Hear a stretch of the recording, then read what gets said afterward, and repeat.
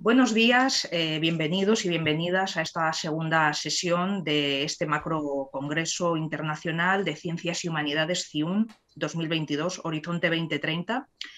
Comenzaremos la jornada de hoy con la conferencia del profesor doctor Antonio Rafael Fernández Paradas, a quien agradecemos su interesante conferencia. El doctor Fernández Paradas es doctor en Historia del Arte por la Universidad de Málaga, con la tesis doctoral titulada Historiografía y metodologías de la historia del mueble en España, 1872-2011, un estado de la cuestión. Es doctor en Ciencias de la Educación, también por la Universidad de Málaga, con la tesis El patrimonio como medio para la construcción de la diversidad afectivo-sexual, estudio de su grado de desarrollo curricular en la formación de los futuros maestros de educación primaria en Andalucía. Es diplomado en Biblioteconomía y Documentación, licenciado en Ciencias de la Documentación y graduado en Historia del Arte. Máster en Peritaje y Tasación de Antigüedades y Obras de Arte por la Universidad de Alcalá de Henares, académico correspondiente por Granada en la sección Ciencias de la Real Academia de Nobles Artes de Antequera, con la fecha de nombramiento del 28 de mayo de 2018. Asimismo, es especialista en escultura, muebles y artes decorativas, y sus líneas de investigación versan sobre la iconografía religiosa, la historia del arte, género y homosexualidad, escultura barroca, didáctica de las ciencias sociales, entre otras. Alguna de sus publicaciones a destacar sería La escultura barroca española, Nuevas lecturas desde los siglos de oro de la sociedad del conocimiento, Historia del mueble en España, etc. Actualmente es profesor contratado, doctor de la Universidad de Granada, donde imparte en el Departamento de Didáctica de las Ciencias Sociales de la Facultad de Ciencias de la Educación y docente del Máster en Arte y Publicidad de la Universidad de Málaga. Y hoy la intervención que va a llevar a cabo se titula Reparando memorias, sufriendo discriminación o creando patrimonio, el monumento público LGTBI, visiones artísticas e iconográficas. Así es que sin más dilación, le cedo la palabra y muchísimas gracias, doctor, por la conferencia que nos va a impartir. Muchísimas gracias, Beatriz, José Ángel. Antes de nada, bueno, quiero agradecer a la dirección del Congreso que me haya permitido estar con vosotros todo este tiempo, no sé, porque el día de hoy es como el colofón de todos estos meses atrás, ¿no? Con lo cual, muchas gracias. Y agradecerle a mis compañeros de mesa, también a Sonia y a Javier, que sé que está en clase y que no puede estar con nosotros, todo el tiempo que hemos compartido virtual, charlando, comentando las ponencias, hasta llegar al día de hoy, ¿vale? Voy a compartir pantalla, entiendo que puedo hacerlo, ¿verdad? Sí, por supuesto, Puedo Rafael. compartir pantalla para que vayáis viendo un poco. A ver, vamos a poner esto en grande. Por aquí. Vale. Bueno, con solución de continuidad y para que esto nos vaya fundiendo un poquito la mañana, tengo muchas cosas que contaros, ¿no? El tema sobre el que yo voy a hablar hoy tiene que ver un poco, es un tema un poco raro, que es sobre este monumento público LGTB, que es un fenómeno actual, con sus muchas lagunas y con sus muchas virtudes. Realmente lo que les voy a contar yo aquí, por desgracia, es una historia trágica y después lo entenderán. Yo quisiera contarles cosas más felices, pero es que estos monumentos que yo les traigo hoy, ahora después explicaremos algunas cosas de ellos, pues realmente todos conmemoran hechos trágicos. Y a mí me da mucho que pensar esto de la tragedia, ¿no?, llevada al monumento público LGTB en el siglo XXI. ¿Por qué se está produciendo esta realidad? Porque al final vendemos una imagen distorsionada de cualquier colectivo, en este caso el colectivo LGTB, cuando solamente contamos cosas trágicas de su historia. En cualquier guerra también hay momentos para la belleza y también hay cosas buenas, ¿vale? Pero la visión tradicional, determinista, positivista, hacen que contemos las cosas, pues normalmente las malas o las negativas, ¿no? Y ahora después van a entender a qué me refiero con todo esto. Miren, aquí tienen todos mis datos, por si me quieren contactar de cualquier manera, pues yo siempre estoy localizable, ¿no? Mirad, vamos a empezar por una cita que a mí me parece muy interesante, porque nos ayuda a comprendernos nosotros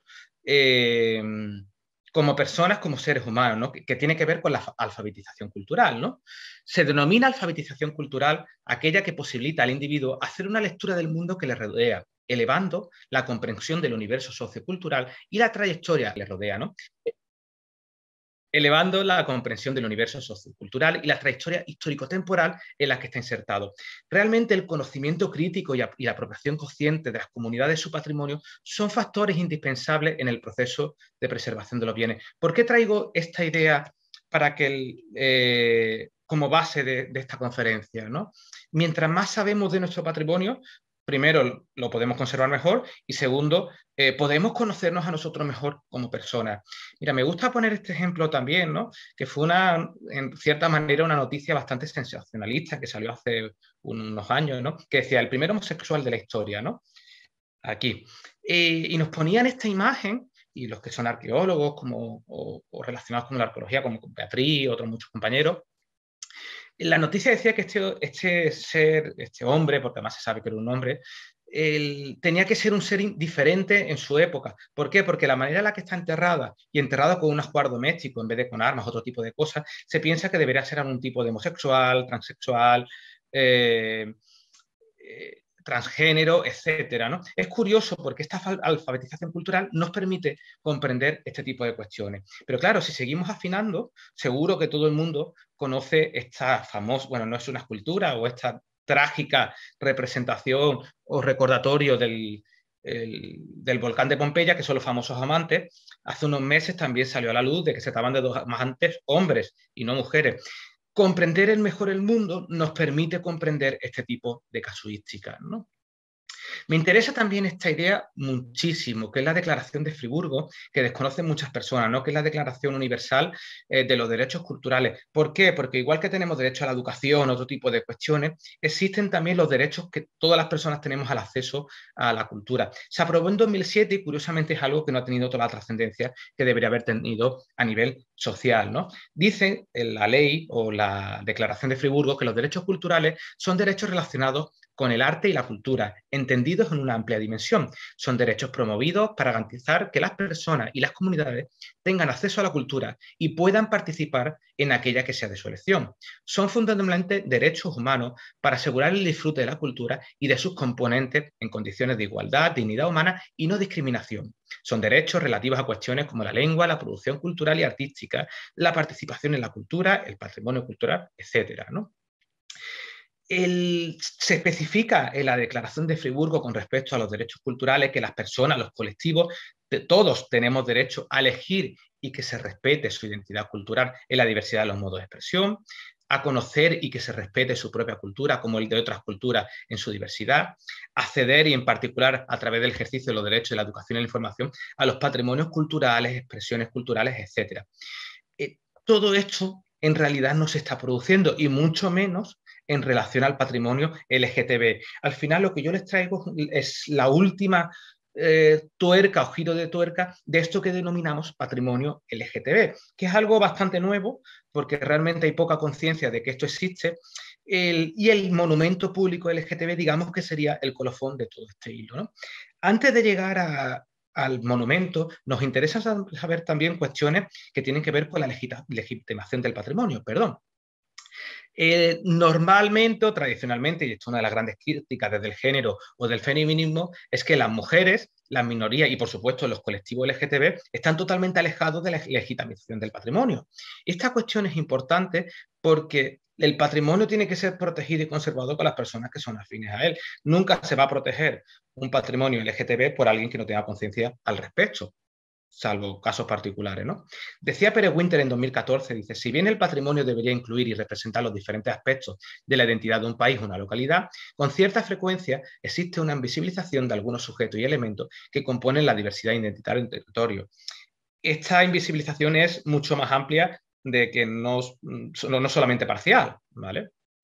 En la misma línea, Martínez Latre en 2009 nos decía que la capacidad para dotar de valor no era ni es universal ni accesible a cualquier persona, sino que se asociaba y se asocia a unas determinadas posiciones sociales, poder político, saber experto y relevancia social. ¿Esto qué quiere decir? Claro, si no hemos incorporado, por ejemplo, a las mujeres en la legitimación del patrimonio, será difícil que se pongan en valor. Y esto pasa también con el patrimonio LGTB. ¿Qué pasa con este patrimonio LGTB que es mucho más amplio de lo que parece y por supuesto es mucho más grande de lo que nos están contando últimamente, que parece que el patrimonio LGTB solamente tiene que ver con el franquismo, la guerra civil o la transición? Existe un patrimonio LGTB a lo largo de toda la historia, sea material, inmaterial. Tenemos muchísimos sitios vinculados con la memoria LGTB, como pueden ser bares, cafés, bibliotecas, etcétera, que no se han protegido, ¿no? Uno de los problemas que tiene el estudio del patrimonio LGTB es que sus bienes, muchos de ellos se diluyen entre la artisticidad de sus bienes, de sus propios bienes, valga la redundancia. Lo van a entender perfectamente este tipo de esculturas como el hermafrodito, Ganímedes con el águila o esculturas precolombinas. Se valoran porque son obras de arte o documentos artísticos o testimonios artísticos, pero no tienen esa protección por el hecho de ser patrimonio LGTB. ¿Por qué? Porque además no existe una figura que nos permita proteger de manera específica el patrimonio LGTB, ¿no? En relación a la memoria histórica LGTB, para ir enlazando ya cuestiones que nos interesan, si el patrimonio, por ejemplo, de las mujeres, la crítica fue que había sido valorado por los hombres, el patrimonio LGTB es que no ha sido valorado por nadie. Es que nadie todavía se ha cuestionado que existe un patrimonio LGTB en España, que tenemos que conservar, que tenemos que estudiar y que tenemos que difundir, ¿no? Existe un limbo jurídico totalmente para este tipo de patrimonio. Algunas de las opciones de, de protección emanan de las leyes de la memoria histórica o de las leyes de igualdad LGTB, pero la realidad es que están circunscritas la mayoría a estos estados relacionados con la guerra, con el franquismo y la transición, etcétera, ¿no?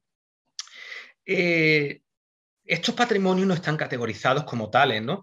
No revelan la participación de los hombres, las mujeres, pero también de los homosexuales, las lesbianas, los hermafroditas, los travestis, etcétera, en las culturas históricas, ¿no? Que es un poco lo que pretendemos también reivindicar y, en cierta manera, es lo que hace el monumento público LGTB en el siglo XXI. Su objetivo es este, ¿no? Recuperar según qué determinados tipos de relatos. Claro, el monumento LGTB, como está creada con personas con determinadas visiones del mundo, al final estos monumentos son totalmente reductivos en el sentido que cuentan una historia muy, muy parcial de lo que es la historia del colectivo de la homosexualidad a lo largo de la historia, ¿no? Lo digo también a título de tragedia, porque la actual ley o la futura ley de memoria histórica, lo digo porque además he tenido la oportunidad, he sido una de las personas que ha tenido la oportunidad de revisar la ley de memoria histórica. Bueno, lo iba a decir de manera poco fina. No hay ni un solo homosexual representado ni una sola lesbiana en esa ley de memoria histórica. Es una ley terriblemente cansina con respecto al género y al feminismo, de una manera muy simple, que a mí en ciertos casos me parece incluso hasta ofensiva como lo tratan, pero es que no hay representados en esa ley. En pleno siglo XXI, esa ley debería recoger todos los colectivos que también fueron torturados, asesinados, etcétera, ¿no? Todo esto del patrimonio LGTB que yo les quiero contar es que simplemente no nos hemos cuestionado que es algo que haya que estudiar y que proteger, ¿no? Yo me sigo encontrando con reticencia de conservadores, historiadores, profesores, etcétera, sobre este tipo de cuestiones, ¿no? ¿Vale? Es un área de conocimiento que no tiene ningún tipo de respaldo institucional, no tiene protección jurídica, es que legalmente no existen los derechos culturales en este sentido, no se están llevando a cabo, ¿no? Por darles una definición, ¿no? Que ya venimos trabajando con ella de 2017, ¿no? Que decía, podríamos definir el patrimonio LGTB como un conjunto de testimonios materiales e inmateriales que evidencian la participación e importancia de los homosexuales, lesbianas, hermafroditas, travestis, etcétera, de las sociedades históricas, amén de manifestar igualmente los procesos de discriminación que estos han sufrido a lo largo de los tiempos y cuyo análisis nos permite reconstruir el pasado de una forma más exacta y aproximada a las cosmovisiones propias del mundo en cada momento. La recuperación, análisis y protección de los testimonios materiales e inmateriales de estas subculturas son igualmente constructos de equidad y progreso social y emocional, ¿no? Esto sería un poco una primera definición, a falta de contar muchas cosas en el futuro de lo que es este patrimonio LGTB. Cosas que están pasando en la actualidad en relación al patrimonio LGTB. Les traigo algunos listados simplemente para contextualizarnos en este fenómeno de lo que está pasando en la actualidad. Lo primero que está pasando, que es prácticamente inexistente, pero es una realidad, es la protección del patrimonio LGTB. Para que lo entiendan, en 2015, creo recordar que fue, se produjo la protección patrimonial, es decir, como monumento histórico del Stonewall de Estados Unidos y sus alrededores. Claro, es importante, es que aquí comenzaron para la historia de Nueva York, pero también de Estados Unidos, del propio mundo, este sitio es muy importante. Fue pionero con respecto a las protecciones patrimoniales. Hay muy poquitos a lo largo del mundo, muy poquitos sitios relacionados mucho, pero protegidos prácticamente ninguno. En España, que después veremos muy brevemente, se está intentando proteger el pasaje Begoña de Torremolinos, pero está la cosa complicada porque la mesa del Parlamento andaluz de memoria histórica la controla Vox y ahí está la cosa totalmente parada, ¿no? Se está mapeando o empezando a mapear en algunos sitios, especialmente en Estados Unidos, los lugares de la memoria LGTB. Claro, partiendo de esta conciencia de las aportaciones históricas de los homosexuales, de los colectivos LGTB, a las ciudades, al urbanismo, a la geografía, a la propia cultura, es un proceso que hay que hacer, deberíamos hacer en España, empezar a convocar comisiones para que analicen lo mismo que se hizo a principios del siglo XX con esos patrimonios que había arquitectónicos, por ejemplo, que había que conservar, que empiecen a identificar todos esos sitios que están relacionados con la memoria LGTB, insisto, y que no sean solamente relacionados con cuestiones de guerra o de represión franquista, ¿vale? Se están llevando a cabo iniciativas, se están intentando llevar a cabo iniciativas como, por ejemplo, la protección de determinados patrimonios inmateriales. Y hay una propuesta muy interesante que actualmente está un poco en el aire, que es declarar el transformismo como patrimonio inmaterial de la humanidad. Y el argumento es que es un fenómeno común a todas las sociedades y en todas las épocas, y es cierto, ¿no? Es algo que podemos encontrar en bastantes sitios, ¿no? También, por supuesto, de las cuestiones que se están haciendo, se están estudiando, y quizá una de las líneas más antiguas es la destrucción del patrimonio LGTB en un sentido muy amplio, sea literario, sea monumental, sea los templos de la India, lo van a ver aquí, por ejemplo, ¿no? Esto que ahora nos fascina, ¿no? Este tipo de arquitectura y escultura en templos de India, también fueron o han sufrido el acoso y la destrucción, pero por supuesto también tenemos que ver los sonetos del amor oscuro de Lorca, que fueron ocultados durante mucho tiempo por la familia, porque no nos interesaba o no les interesaba dar esa visión tanto más sexualizada de la obra del pintor, ¿no?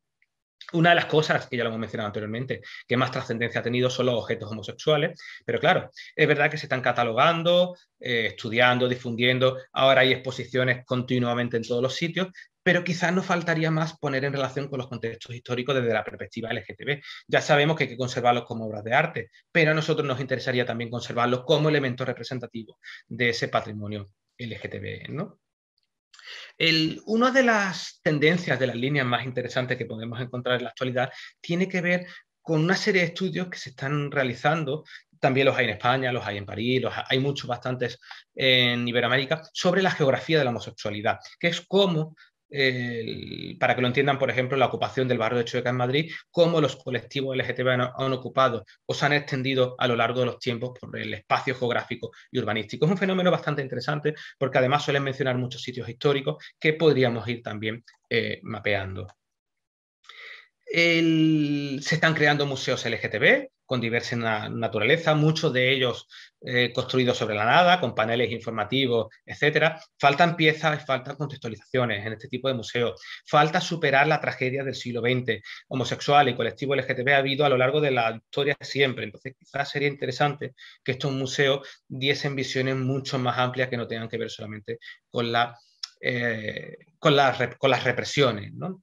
También uno de los fenómenos, por cambiar un poco la terna que se está llevando, se está realizando en la actualidad, tiene que ver con los itinerarios didácticos, ¿no? Aquí yo les he puesto uno, por ejemplo, una ruta histórica por el orgullo de Madrid, ¿no? También se están haciendo en Barcelona, se están haciendo en Torremolinos, etcétera. Bueno, es una manera también diferente de poner en valor ese patrimonio. Bueno, para que vean aquí, esta de Madrid, ¿no? Tenía el Puerta del Sol, Cine Carreta, etcétera, ¿no? Eran diversos espacios relacionados con personas de la diversidad, ¿no? En relación al arte, de manera específica, cosas que se están haciendo, cosas que se están produciendo en la actualidad. Publicaciones sobre prácticas artísticas actuales relacionadas con la homosexualidad, con los colectivos LGTB. Se están rescatando experiencias vitales como patrimonio inmaterial. Quizás esta sea una de las líneas más fuertes que en la actualidad se están llevando a cabo. Un momentito, por favor. Se están cada vez más poniendo placas conmemorativas, que aunque no es el objeto de estudio de esta presentación, algunas estudiaremos, se están declarando, como hemos dicho anteriormente, sitios y lugares como exponentes de la memoria LGTB, y tenemos también este fenómeno de los monumentos conmemorativos, que dan para muchas cosas como contar, que es lo que vamos a hacer ahora, un poco una secuencia histórica y después analizar en perspectiva todo este tipo de cuestiones, ¿no? Si yo les preguntase, ahora que no los veo, a todos y todas las que estamos aquí disponibles, si conocen algún monumento público relacionado con la memoria LGTB, si alguien conoce alguno que le suene, que lo ponga en el chat y después los comentamos a ver qué opciones han salido, ¿no? Este fenómeno se está produciendo, es raro, pero hay para contar, gracias a Dios, podríamos contar 15 o 20 ejemplares a lo largo del mundo, incluso algunos más, ¿no? Lo que vamos a hacer ahora, vamos a dar una perspectiva, partiendo de todo lo que hemos visto anteriormente, de este fenómeno del monumento LGTB, desde cuando surgen hasta la actualidad, y después haremos unas pinceladas para analizarlo más profundamente, ¿no? Lo primero que tenemos que tener en cuenta a la hora de hablar del monumento público LGTB es que monumentos dedicados a personas homosexuales hay muchísimos, ¿vale? Pero la mayoría de estos monumentos no están dedicados a la persona por su condición sexual, sino por otro tipo de cosas, ¿vale? Un ejemplo que todo el mundo va a entender, encontramos muchísimos monumentos a Federico García Lorca, por ejemplo, uno de los más famosos, el de Madrid, en Granada hay muchísimos, pero esos monumentos tienen que ver como poeta, como artista, como inventor, o como veremos posteriormente con uno de los padres modernos de la informática actual, ¿vale? Pero no por su condición de homosexual. Esto es importante. ¿Por qué? Porque es la diferenciación entre lo que ha existido tradicionalmente y el fenómeno que se está produciendo en la actualidad. Prácticamente no existen monumentos a personas por ser LGTBI. Hay monumentos en abstracto al colectivo LGTB, que la mayoría, insisto, se anuncia la tragedia, son trágicos, porque todos anuncian desgracias. Es que prácticamente yo le voy a poner un caso 2 que reflejen algo positivo de la homosexualidad. Todo lo demás que le voy a contar tiene que ver con torturas, homosexuales gaseados en campos de concentración nazis, va a tener que ver con transexuales apaleados, asesinados y descuartizados, poco más. Esto es la historia que yo les voy a contar, pero es la historia que está reflejando los monumentos públicos LGTB, ¿no? Les decía, por ejemplo, el caso de Lorca, ¿no? El monumento público LGTBI se trata de, utilizamos las letras de manera indistinta, ¿vale? Se trata de un fenómeno que comenzó a surgir a finales de los 70 en Estados Unidos, en una fecha muy concreta, celebrando el 10º aniversario de la revuelta del Stonewall, y a partir de aquí ha tenido como un desarrollo como continuo, pero muy pequeñito, ¿no? A lo mejor hemos tenido uno cada 2 o 3 años, repartidos por todo el mundo, ¿no? Es verdad que en la actualidad se están creando cada vez más. También les tengo que decir que estos monumentos, y ahora lo van a poder comprobar por vosotros mismos, no solo son trágicos o nos cuentan cosas trágicas, sino que la mayoría son bastante feos. Eso también lo comentaremos a continuación, porque es una de las características de estos monumentos. Y además, lo anunciaremos al final, están ubicados en un sitio un tanto particular, con lo cual me hace pensar si no son producto o fruto de las discriminaciones también, ¿no? La mayoría de estos monumentos están relacionados con el nazismo, con el franquismo o cualquier otro tipo de grupo en contra de los derechos de las personas o de las libertades individuales de las personas LGTB. Insisto, la tragedia se masca totalmente lo que les voy a comentar ahora a continuación, ¿no? Muchos de ellos son fruto de los contextos en los que se están empezando a reivindicar las personas LGTB y además son totalmente oportunistas, ¿no? En España se aprueba la ley de matrimonio igualitario y hay un proceso paulatino en el que podemos ver este incipiente realización de monumentos LGTB, ¿no? Insisto, no encontramos monumentos que reflejen acontecimientos positivos de las personas LGTB o del movimiento LGTB. Es decir, es que la propia lucha por conseguir la igualdad LGTB, la adopción, el matrimonio, es algo que es tan sumamente importante que podría haber tenido también su trascendencia, ¿no? Una de las primeras obras que podemos mencionar, un momentito que baje yo por aquí, esto, una de las de las primeras obras que, o no, mejor dicho, la primera obra que podemos mencionar en relación al monumento público LGTB fue esta, ¿no? Que es el monumento que se hace para conmemorar los disturbios del Stonewall del año 69, ¿vale? Es una obra que se hace 10 años después, un momento que aquí la puede ver, una obra que se hace 10 años después. ¿Qué nos interesa? Bueno, no pasa, un momentito, aquí. Perdón. Si recuerdan todos, el 28 de junio de 1969 se produce la revuelta del Stonewall, que dio o conllevó una oleada de manifestaciones en contra de lo que allí pasó, ¿no? Se trata de una escultura que representa a dos figuras, a dos hombres, a dos mujeres, están realizados en bronce y lacados en blanco, ¿no? Sabemos un poco la historia de cuándo se hace, cómo se hace, pero es muy interesante porque esta escultura se crea para ponerla en Nueva York y finalmente terminó en Wisconsin, ¿no? ¿Por qué? Porque era demasiado, bueno, escandalosa en el sentido no se ve nada inapropiado o decoroso, pero la mentalidad de la época, a principios de los años 80, consideraba que no era oportuna que estuviese en Nueva York. Finalmente, mucho tiempo después, en el año 1992, consiguió volver a la ciudad de Nueva York, ¿no? Es uno de los grandes iconos relacionados con el monumento público LGTB, ¿vale? Además se utiliza cada 28 de junio, es un poco como un santuario, como podemos ver en las diferentes imágenes. Esto que les estoy contando, quédense con la copla porque es figurativo, en cierta manera es feliz lo que estamos contando. A partir de aquí va a desaparecer prácticamente o casi totalmente la figuración y van a desaparecer los acontecimientos felices en la historia del monumento público LGTB, ¿no? El siguiente monumento por fechas, por cronología, tenemos que saltar al año 1987 para que se inaugure el monumento de LGTB de Ámsterdam, ¿vale? Concretamente fue el 5 de septiembre de 1987, y a partir de aquí se codificará de una manera muy simplona, y ahora lo explicaremos, el que será uno de los grandes modelos iconográficos de monumentos LGTB desde este entonces, desde 1987. Ya podrían haber cogido otros porque son bastante sosos y bastante feos.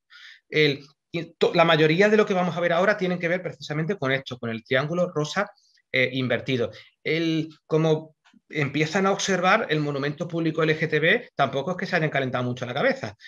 Hacemos una relación causa-efecto con el triángulo rosa invertido y a partir de ahí creamos un parque, en este caso pues el monumento es esto, ¿vale? Que creo que tiene muchas cosas que criticar y más en el siglo XXI. Por si no lo recuerdan, les hago unas pequeñas aportaciones sobre este triángulo rosa que será, insisto, el gran devenir del monumento público LGTB en lo que vamos a ver hasta el año 2021. Fueron los nazis los que codificaron pues, a los gitanos, a los testigos de Jehová, a los homosexuales, a los delincuentes habituales, a los prisioneros. Un momentito, vamos a mover esto por aquí. El azul para los inmigrantes, etcétera, ¿no? Será en este contexto cuando surja el triángulo rosa invertido, como hemos dicho, que tiene además su explicación. Fue un símbolo que se utiliza entre 1930 y 1940, que además iba asociado o podía ir asociado a otros tipos de cuestiones. Normalmente al número 175, que era el artículo del Código Penal alemán que criminalizaba a los homosexuales, ¿no? Y en algunos casos el triángulo invertido iba asociado también a una letra A, que significaba esa palabra en alemán que tiene tan grande que literalmente era hijo de puta, ¿no? El triángulo se utilizó un poco para los homosexuales, bisexuales, mujeres transgénero, etcétera, ¿no? Será a partir de los años 70 cuando se recupere el triángulo desde una perspectiva totalmente activista y se incorpore, como hemos visto posteriormente con el monumento de Ámsterdam, a la secuencia de monumentos conmemorativos públicos LGTB. Podrían haber cogido algo un poco más atractivo porque, insisto, son bastante feos, ¿no? Uno de los monumentos más raros y más antiguos también en el mundo, y además, curiosamente, yo lo he incorporado hace poco a mi terna de conocimiento, es el del año 1992, que es esta especie de placa ilustrativa que está en Brighton. Claro, si les recuerdo, Brighton fue siempre un sitio donde las costumbres victorianas se relajaron y donde la homosexualidad fluyó de manera un tanto más libre. Sería el equivalente al Torremolinos británico, ¿no? Es uno de los monumentos más antiguos también, este Kiss-Wall del año 1992, en el que refleja diversas parejas de diversas edades y de diversas sexualidades, ¿no? Al final lo que se quiere poner de manifiesto es la importancia que tiene la diversidad y la libertad siempre ha tenido en este contexto social, ¿no? Dentro de los figurativos, probablemente el que les pongo ahora va a ser de los últimos que podamos mencionar. A partir del Ángel de Frankfurt, del año 1992, empezaremos cosas abstractas y cosas, o si no abstractas, cuanto menos figurativas, ¿vale? Nos interesa esta pieza porque fue la primera del área germánica y la primera relacionada, habrá una secuencia bastante establecida, tenemos tres concretamente, relacionadas todos con el nazismo, ¿vale? Esto será la tónica de los países germánicos, que sus monumentos LGTB siempre están relacionados con cuestiones con la represión del nazismo. Insisto, represión ha habido antes, durante y después del nazismo o después del franquismo, ¿no? Fue el primero, como les decía, conmemorativo de las víctimas del Holocausto, ¿no? El segundo fue el de Colonia, el tercero fue el de Berlín, que lo veremos posteriormente, ¿vale? Bueno, para esta obra se convocó un concurso público con varias ideas y terminó siendo esta la elegida. Es una obra un poco rara porque tiene una inscripción, que creo que la tenemos por aquí, pero en sí es difícil identificar. Esto podría identificar cualquier otro tipo de cuestión y nada que ver con el colectivo LGTB o con la represión. Quizás en este caso el monumento no se entienda per se, ¿no? Presenta esta inscripción que dice: los hombres y mujeres homosexuales fueron perseguidos y asesinados durante el régimen nacional socialista. La matanza fue ocultada y negada, despreciando y condenando a los supervivientes. Por ello lo recordamos, y a los hombres que aman a otro hombre y a las mujeres que aman a otras mujeres, que frecuentemente todavía siguen siendo perseguidos. Frankfurt del Memor, diciembre del 94, ¿no? Como les decía, estos primeros modelos que han pasado desde la figuración del Stonewall al triángulo, pues a partir de aquí tenemos triángulos todos los que queramos. En el año 95, el segundo monumento de los países germánicos o de Alemania, en este caso el de Colonia, de nuevo el triángulo rosa invertido con una inscripción. Vayan tomando nota porque la mayoría de estos monumentos están en sitios cuanto menos curiosos. No están en la plaza del pueblo, no están en la plaza de la catedral y no están en los centros históricos. Están todos retirados, bien apartaditos de la sociedad. Cosa que a mí me da mucho que pensar si esa es una buena praxis o no. La inscripción que tiene, en este caso el de Colonia, dice: muertos a palos, muertos a silencio, a las víctimas gays y lesbianas del nacionalsocialismo, ¿no? Este es el monumento que estamos viendo, que está en Colonia, está cerca del río. A mi parecer es un monumento bastante soso, ¿vale? Bueno, aquí tenemos el autor, un poco la fecha, ¿vale? De manera específica está dedicada a los homosexuales perseguidos por el nazismo en Berlín, ¿no? Hasta el año 94, esto es importante mencionarlo, el fenómeno se solucionaba mediante placas conmemorativas, y a partir de estos años es cuando empiezan a crearse monumentos en el área germánica. Bueno, esta es la explicación por no extendernos mucho más, es la explicación que hace el escultor sobre su obra, ¿no? Dice: el punto inicial para este trabajo son 2 bloques de granito de color rosa y gris, y ahí desarrolla un poco toda su ideología, ¿no? No lo he traído porque es muy difícil de encontrar el monumento que se dedica a este chaval, que supongo que lo recordáis, fue uno de los asesinatos más trágicos por homosexual en el año 99, y tiene en Estados Unidos también un pequeño monumento que lo recuerda. Seguimos con la tragedia, no va a haber nada bueno hasta el final de la presentación. Asesinatos por homosexuales, por represiones franquistas, nazis, etcétera, ¿no? Uno de los monumentos o el primero, cuando llegó el nuevo milenio, fue el de Sydney, en Australia, que de nuevo acudimos al triángulo rosa invertido, en este caso formado por 3 triángulos, ¿vale? Con la inscripción que pueden ver por aquí, voy a verla aquí. Dice: memoria del régimen nazi perseguido, bueno, perdónenme que tengo aquí la barra, aquí, dice: en memoria del régimen nazi perseguido por su orientación sexual e identidad de género, ¿no? Les pongo la foto un momentito para que lo puedan ver. Cuando movemos la barra, aquí está. Bueno, aquí lo pueden ver el monumento. Son todos muy repetitivos porque parten de la misma idea.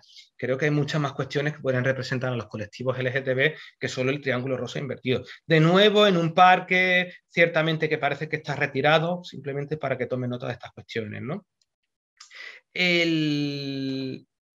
Esta obra, perdón, aquí tenemos un salto, ¿vale? Bueno, es que el que estamos viendo aquí tiene que ver con el de Tel Aviv. Se ha movido la diapositiva, ahora lo movemos.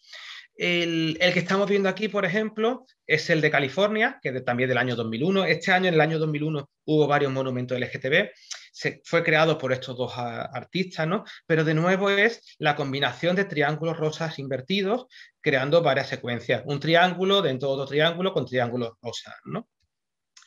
El caso que les pongo ahora también, el de Alan Turner, es un caso similar al de Lorca, de Federico García Lorca. El monumento, aunque lo he incluido en la secuencia, por lo menos para que lo puedan ver, no es un monumento a la persona por ser homosexual y suicidarse probablemente por ser homosexual, sino es el monumento a la persona por ser uno de los grandes padres, uno de los padres fundadores de la informática, de la ingeniería moderna.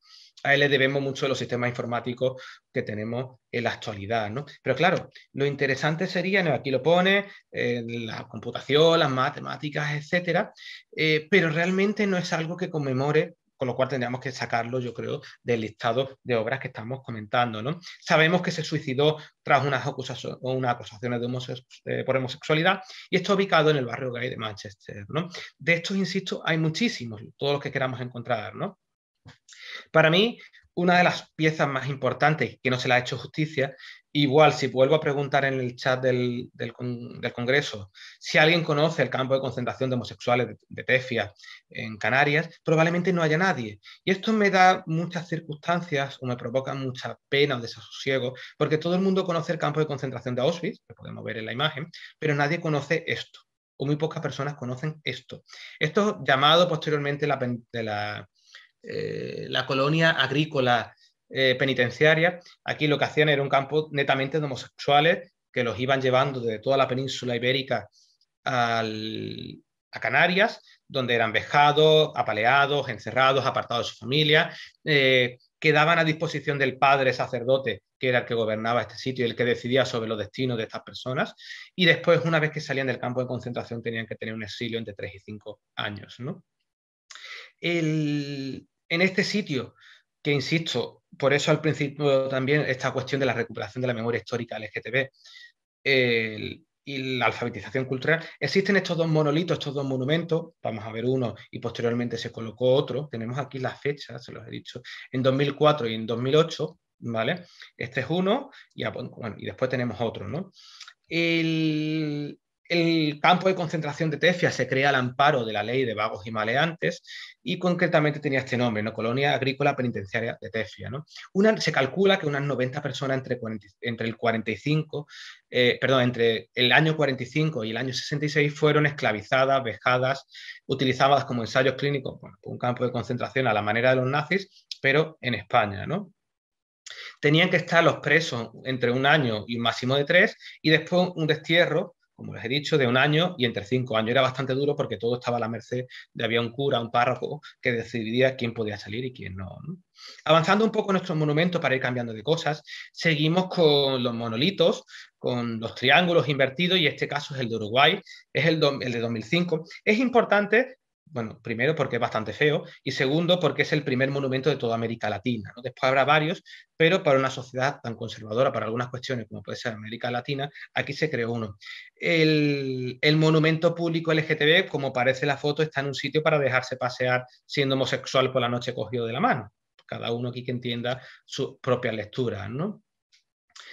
Bueno, está hecho, posteriormente hablaremos de los materiales, está hecho en piedra, el triángulo invertido, tiene una placa, etcétera. Supuso el acuerdo de multitud de asociaciones dedicadas a la defensa de los derechos de las personas LGTB, en eso se pusieron de acuerdo y consiguieron sacar el monumento. Dice, honrar la diversidad es honrar la vida. Montevideo por el respeto a todo género de identidad y orientación sexual, año 2005, ¿no?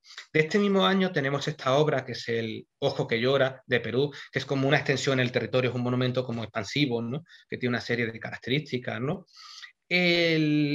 Está en principio relacionado con todas las minorías sexuales del Perú, con lo cual es bastante amplio, pero claro, como no, está relacionado con un acontecimiento trágico.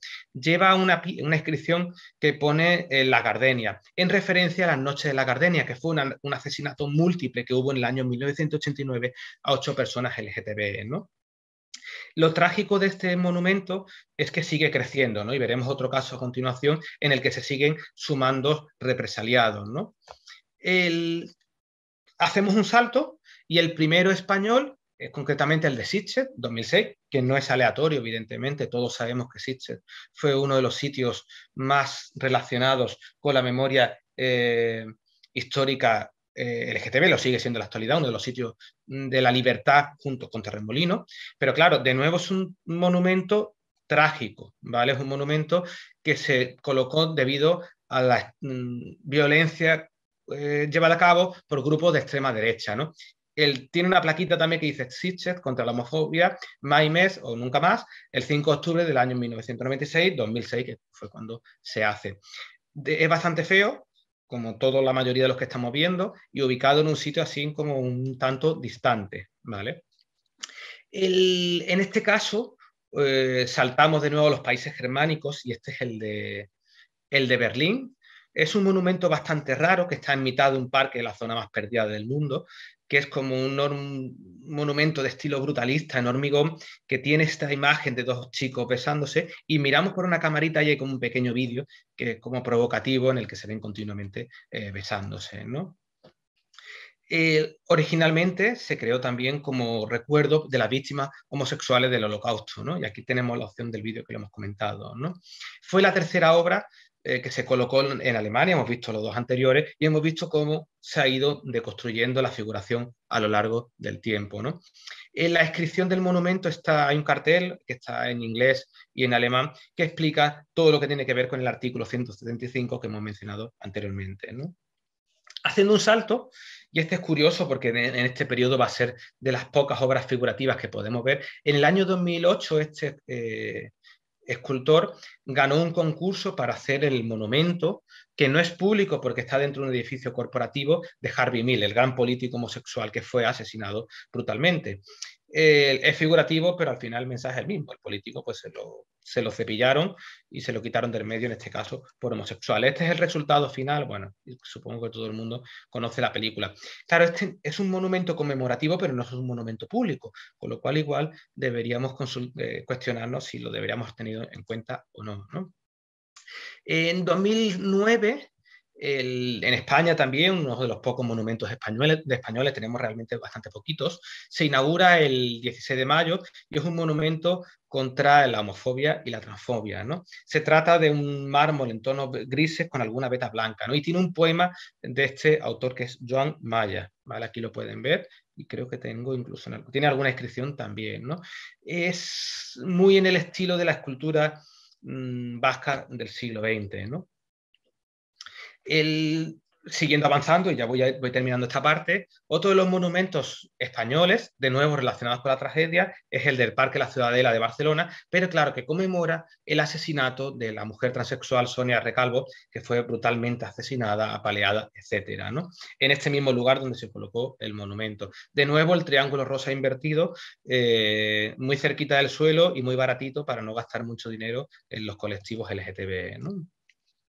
El de Chile, el del año 2014, creo que es este, aquí estos son los autores, Jorge Morales, Leandro Capeto e Ignacio Rivas, se inaugura en el año 2014. Lo que me interesa de este año, de este monumento, es que va creciendo continuamente. Al principio tiene una serie de placas conmemorativas de una serie de asesinatos, pero que como no para de haber asesinatos en el país, se siguen añadiendo placas. Por ejemplo, en 2015 fueron añadidas otras 32 con los nombres de las víctimas, ¿no? Es de estilo brutalista y claro, la tragedia es de nuevo el asesinato y es un monumento en expansión en el sentido que por desgracia continuamente va incorporando nuevas personalidades, ¿no? Este es el de Tel Aviv, que también dispone de un monumento en este caso. Es curioso porque el de Tel Aviv no recoge la historia trágica de sus propios homosexuales, sino de los homosexuales judíos asesinados durante el Holocausto, ¿no? Fue el primer monumento de este tipo que se ubicó en Israel. Es bastante discreto porque la mayoría de las personas están así, no saben lo que significa, con lo cual tampoco le hacen mucho caso en ese sentido, ¿no? El que le comentaba anteriormente, también conmemora a dos personajes LGTB judíos, que uno de ellos fue uno de los últimos supervivientes de un campo de concentración LGTB de la Alemania nazi, ¿no? Uno de los más simpáticos que les voy a mostrar es este delfín rosa, ¿vale? Que pueden ver aquí, que está en una isla en Estados Unidos. Este monumento es importante porque es uno de los primeros que se hacen en el sur de Estados Unidos, ¿no? El nombre tiene que ver con una taberna muy famosa que hay en el pueblo y también, que aquí tienen el Pink Dolphin Tavern, y también porque es el logotipo de un colectivo, de una asociación que lucha por los derechos LGTB. Es un delfín rosa, que insisto, por lo menos es uno de los menos trágicos que podemos comentar, ¿no? Tiene esta inscripción que dice: el camino que te condujo hasta aquí, a través de tocadas gigantes de oro, temblando en el viento, debajo de una larga caligrafía de estrella, te encuentras de pie en el monumento, iluminado por sueños de delfines, en aumento arcos rosados en la oscuridad. Como ven, es bastante poético al respecto. Como seguimos siendo monotemáticos, cuando se inaugura el monumento en la plaza actualmente Pedro Cerolo de Madrid, de nuevo se busca el triángulo rosa invertido, en este caso con la bandera LGTB, se ha suprimido el rosa y se han añadido el resto de los colores, ¿no? En memoria de las personas que intentaron vivir su diversidad sexual y de género libremente y que cayeron víctimas y el extremismo del pasado. en general conmemora a las personas LGTB, pero de esa perspectiva siempre trágica, ¿no? Este está en Mérida, que les digo que esto es un monumento LGTB por no decirle que es un monumento dedicado al grupo El Parchís, ¿no?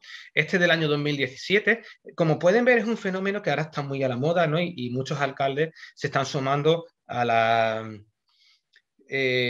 moda de oportunista de crear monumentos LGTB, que no solo es crearlos, conservarlos, difundirlos, explicarlos, y que deberían ser un poco más vistosos, ¿vale? Les pongo esto que es muy interesante, aunque no es un monumento, pero sí que creo que lo tenemos que incluir, que son estos dos señores que refleja esta placa, ¿no? El Jean Diod y Bruno Lenoir, fueron los dos últimos homosexuales asesinados y quemados en una hoguera pública en el siglo XVIII, concretamente en 1750, en París. La placa se inaugura en 2014. Tuvieron un largo juicio, los pillaron en mitad de la calle en un acto pasional, y a partir de aquí empezaron los problemas. Los condenaron, fueron llevados a quemar. Bueno, aquí podemos ver, tenemos algunas imágenes ilustrativas, por no leerles la noticia trágica entera de todo lo que sufrieron, ¿no? En la final, la historia queda que fuesen los dos últimos homosexuales franceses parisinos asesinados y quemados como tal por ser homosexuales, ¿no? En el año 2018, en la Plaza de la República de Sao Paulo, se creó un monumento bastante grande, que es este que estamos viendo, que tiene la particularidad que tiene como partes digitales y sonoras, ¿no? Es bastante grande y está bastante bien integrado en el parque, ¿vale? Uno de los más raros, feos e imposibles, porque es que cualquier cosa, dice, es el monumento de los derechos LGTB. Este monumento es como una gran cápsula del tiempo. Dentro de la caja que estamos viendo se incluyeron fotografías, testimonios, etcétera, de personas LGTB, ¿no? Está bastante dejado y perdido de la mano de Dios, una de las características, ¿vale? Bien, vista esta secuencia, por un poco llegando a la parte final de la presentación, en la actualidad, en relación al monumento público LGTB, se está produciendo un fenómeno a raíz del, valga la redundancia, el fenómeno Pedro Cerolo. No solo tienen plaza con su nombre en Madrid, sino que además el monumento anteriormente que hemos visto, pero todo lo que conllevó la muerte de Pedro Cerolo y todos los logros que consiguió durante su carrera política, se están manifestando que a lo largo de España se están empezando a crear monumentos dedicados a Pedro Cerolo, con lo cual son positivos, no son negativos, y eso es importante, ¿vale? Me consta que en la actualidad hay bastantes peticiones a la Fundación Pedro Cerolo para crear nuevos monumentos LGTB. Habrá que ver cómo trasciende esto a lo largo del tiempo. Uno de los últimos, el de 2020, es el de ADG, donde se crea este gran monumento, monolito, que incluye también una placa dedicada a Pedro Cerolo. Y después, en 2021, en Rota, se crea este otro, que es entre monumento, placa conmemorativa dedicada a Pedro Cerolo. Insisto, es un fenómeno que va a dar mucho que hablar en los próximos meses,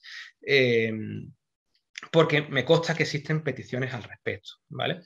Aunque no es un monumento, pero ya que estamos recuperando determinada memoria, he querido poner la placa de la prisión de Huelva, que es de esos sitios que están terriblemente desconocidos en la actualidad, pero que fue también donde se cebaron con los homosexuales, con los colectivos LGTB, ¿no? Y por lo menos esta pequeña placa que recuerde la gran tragedia que sufrieron los homosexuales allí, ¿no? Algunas reflexiones sobre estos monumentos para terminar la presentación con otro tipo de cosas. Con respecto a la ubicación, la mayoría están relacionados con contextos de represión a los homosexuales. El Holocausto, las represiones franquistas, vivencias trágicas, abusos, maltratos, palizas, vejaciones, etc.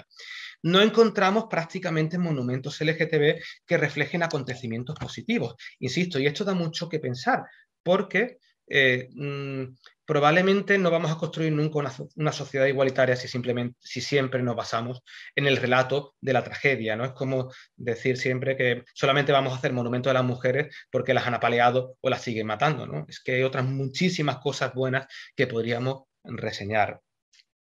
La mayoría, como hemos visto, son bastante feos y se decantan por figuras geométricas. El producto estrella es el triángulo rosa invertido, ya hemos visto el porqué. Es una cosa como muy baratita, se puede hacer en materiales duros y es poco vistoso. Hay pocas representaciones figurativas, prácticamente hemos visto la del Stonewall, el busto de Harvey Milk, el delfín y poco más, ¿vale? Ocupan un lugar muy, muy importante en las placas conmemorativas, ¿no? Y claro, como obras fruto de su época, necesitan un texto para entenderlos, para saber, para comprender esto como el arte contemporáneo, que necesita literatura para que se comprendan. Mal asunto si los monumentos públicos necesitan de discursos paralelos para que su discurso sea entendido, ¿no? Con respecto a los materiales, hay un total predominio del hormigón, lo cual me hace pensar que estamos utilizando materiales, evidentemente, que duran mucho tiempo, pero materiales que son económicos. Y esto es la segunda cuestión que me lleva a pensar es que si es que no interesa gastarse dinero en el monumento público LGTB. Hay algunos ejemplares en mármol, hemos visto algunos en bronce también, ¿vale? Incorporación continua de materiales industriales. Me preocupa muchísimo la ubicación de estos monumentos. Como hemos podido ver también, la mayoría están en los sitios más perdidos de la mano de Dios, con lo cual me hace pensar de muy malas maneras que están ubicados en un sitio donde no molesten mucho a la visión y a la moralidad de las personas. Con lo cual están sufriendo discriminación estos monumentos por el hecho de existir, ¿no? ¿Por qué no están ubicados en las plazas, en los sitios donde las personas los puedan ver, ¿no? Los de Sudamérica dan bastante miedo pasearse por ellos por la noche y daría bastante miedo si eres persona LGTB, ¿no? ¿Por qué no se fomentan que estos monumentos estén ubicados en las ciudades, en los centros de las ciudades, etcétera, ¿no? Bueno, visto la secuencia de los monumentos, vamos a ver ahora un par de cosas que creo que son interesantes porque además están enlazadas con lo mismo, ¿no? No sé si conocen o no el pasaje Begoña de Torremolinos, que no es un monumento, pero es bastante interesante. ¿Por qué? Porque el año 1971 sufren una redada, lo hemos comentado anteriormente, se ha querido equiparar el pasaje Begoña de Torremolinos a la revuelta del Stonewall, pero hay una diferencia muy importante, que es que el Stonewall de Estados Unidos conllevó una reacción del colectivo LGTB, la defensa de sus propios derechos, y esto no pasó en Torremolinos, ya que hubo la redada, tuvo un gran impacto mediático a nivel internacional, tenemos un vaciado de la prensa, Francia, Alemania, en Luxemburgo, en Italia, etcétera, ¿vale? Pero esto conllevó que los locales se cerrasen, ¿no?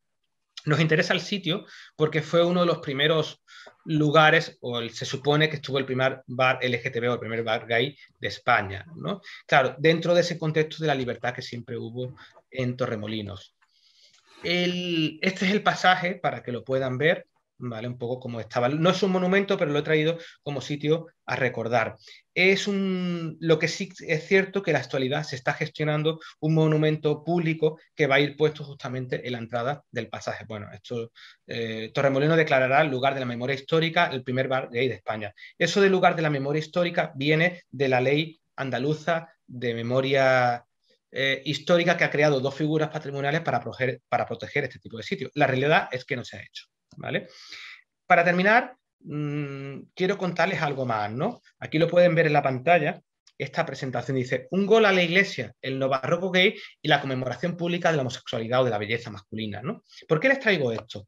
Pues por esto, para que lo entiendan. La escultura religiosa procesional, en su carácter de monumental pública, aunque sea efímera, sea una vez al año, se está produciendo, y ya con esto terminamos, algunas pinceladas y terminamos, un fenómeno muy interesante que es el del neobarroco gay, que nosotros venimos denominando hace bastante tiempo el neobarroco gay. Esta obra que yo les presento es una obra que se ha presentado hace un par de días y la he puesto a propósito.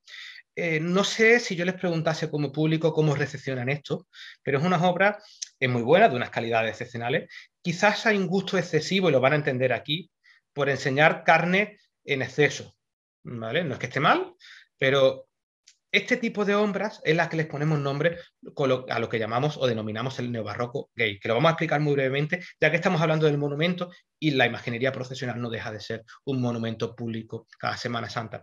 Me gusta recoger esta cita de Sánchez Mesa, que fue un profesor y catedrático de la Universidad de Granada, que decía: aquí en Andalucía, aunque la escultura anterior es murciana, se intenta siempre llegar al espectador a través de los refinamientos artísticos. Las imágenes andaluzas son siempre bellas y se las presenta bellamente. Aparece así el sustrato de su vieja cultura, en la línea de una estética mediterránea que refina y agudiza el ingenio y da al pueblo un sello de aristocracia e independencia espiritual, ¿no? Claro, esta búsqueda de la belleza nos ha llevado a este tipo de cosas. Lo vamos a entender a continuación. Cómo los monumentos públicos procesionales, como las imágenes procesionales, reflejan unos caracteres pseudomorbosos o cuanto menos homoeróticos, ¿no? El neobarroco gay, esta tendencia que llevamos ya bastante tiempo trabajando sobre ella, lo que pretende es analizar, contextualizar y explicar un conjunto de obras que refleja una serie de características, ¿no? Lo de neobarroco en el contexto de formas, modos, temas y técnicas procedentes de ese siglo de esplendor, de los siglos de oro. Miren, esto que estamos viendo aquí es un Longinos, un centurión importante, un cargo importante de la Guardia Pretoriana. Los centuriones importantes, igual que los legionarios, no lloran. Lo digo porque el neobarroco gay, ahora lo explicaremos, incluye dos cosas. Incluye la proyección de los valores homoeróticos y la subversión del género. Esto es un fenómeno muy interesante. En las esculturas, determinadas imágenes están siendo reeducadas para que en la vía pública enseñen un mensaje para el que no fueron codificadas, ¿no? En este neobarroco gay, como veremos ahora a continuación también, hay un regusto por los hombres muy bellos y hay un regusto por las figuras de Cristo llorantes cuando no es posible. Sabemos que Cristo a lo largo de toda su historia de la pasión llora como solamente unas 3 veces, ¿vale? Es importante decir que la teoría del neobarroco gay no es reflejo de la homosexualidad del escultor, existe per se porque las obras existen, ¿no? Y tenemos que tener en cuenta las formas con respecto a una serie de caracteres netamente visuales, homoeróticos y pseudomorbosos, y es un concepto entendiendo a una subversión del género, es decir, las esculturas están siendo reeducadas para presentar papeles que no les fueron concedidos, ¿no? El imaginario neobarroco gay desacraliza el cuerpo, que pierde gran parte de la carga espiritual que le era inherente y consustancial, para acabar convirtiendo el cuerpo en un objeto de belleza, contemplación pseudo-morbosa. Les puedo poner un catálogo muy amplio de estas obras que se anhelan a la calle. Claro, aquí se cuelan la mirada de los interesados y se cuelan también la mirada de muchos curas, párrocos y de la iglesia que consiente, muy afortunadamente, probablemente, que pasen este tipo de cuestiones, ¿no? Les leo una definición y voy terminando la presentación, ¿vale? Dice, cabría definir la teoría del neobarroco gay como una subversión del género en la escultura procesional masculina, que se manifiesta por medio de un lenguaje estético donde el hombre, escultura, evoca funciones propias del género femenino en algunos casos, mientras que en otros prevalece una exaltación del homoerotismo masculino, explícito o sutil, y manifestalmente morbosa, en un contexto religioso aplicada a la escultura procesional.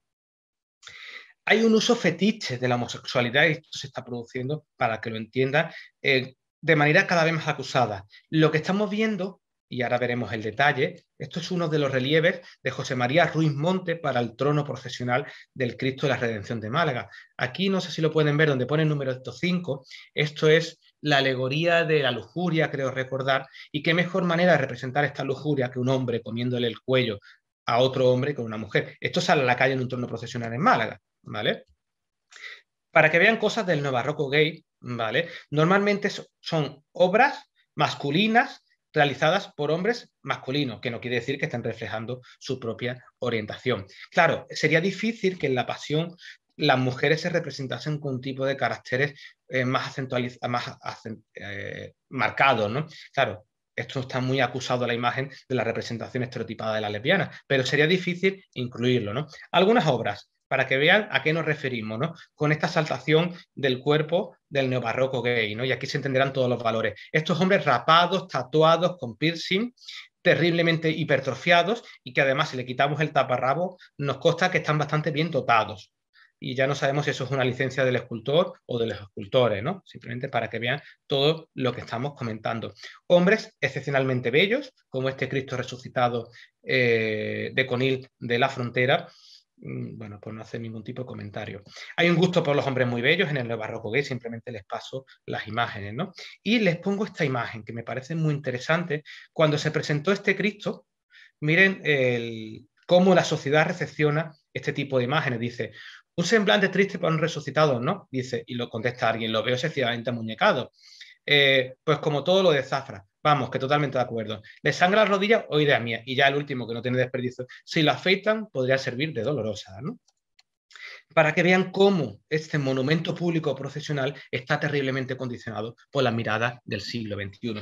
Y ahora sí, ya que termino, esta presentación, le decía que les he contado una historia trágica, que esta historia del monumento público LGTB, incluso el pasaje Vergoña, ¿no? Supone una historia trágica y una visión distorsionada de la homosexualidad de los colectivos LGTB, porque hay muchas más cosas positivas y valores positivos que la tragedia. El punto de inflexión se está cuando lo encontramos cuando en el año 2021 Martín Lagares crea esta preciosa escultura que no refleja ninguna tragedia, ¿no? Y me van a permitir porque creo que es bonito, les lea el final de la escultura, el pedestal que dice, con un poema de Federico García Lorca que dice: en la bandera de la libertad bordé el amor más grande de mi vida. Claro, este monumento está llamado a ser pionero con respecto a la historia del monumento público LGTB, porque es de los pocos nuevos figurativos y, por supuesto, un momento que no pasa, de los pocos que no reflejan un acontecimiento trágico, sino que reflejan la historia de la homosexualidad de una manera totalmente positiva. Para finalizar, me van a permitir que les lea este pequeñito texto que lo introduje en mi segunda tesis doctoral y creo que refleja muy bien el contexto en el que surge esta presentación. Dice: este trabajo inevitablemente es fruto de su época, hijo de las redes sociales y de las leyes de protección de los derechos de las personas LGTB, pero también es de todos aquellos homosexuales, bisexuales, lesbianas, transexuales, transgéneros, etcétera, que nos dejaron sus cartas, sus lágrimas, sus historias de amor con finales tristes, de las tazas que se tomaron en un bar, de sus sonetos, por muy oscuros que fueran, de cada una de las veces que lo llamaron maricón y alguien volvió la cara, de las tortas y palizas que recibieron, de las vejaciones que sufrieron y de las vidas que se acabaron porque alguien decidió que su manera de sentir y de querer era mejor que la de ellos. Si algo aprendimos de Harry Potter es que nadie merece vivir en un armario. Dicho esto, muchísimas gracias a todas y a todos. Espero que de una manera rápida nos hayamos introducido, contextualizado en esta historia del monumento público LGTB, que está ahí, que deberemos cambiarla y deberíamos luchar todos porque los monumentos que surjan en el futuro no tengan que ver con la tragedia, sino con acontecimientos positivos. Muchísimas gracias.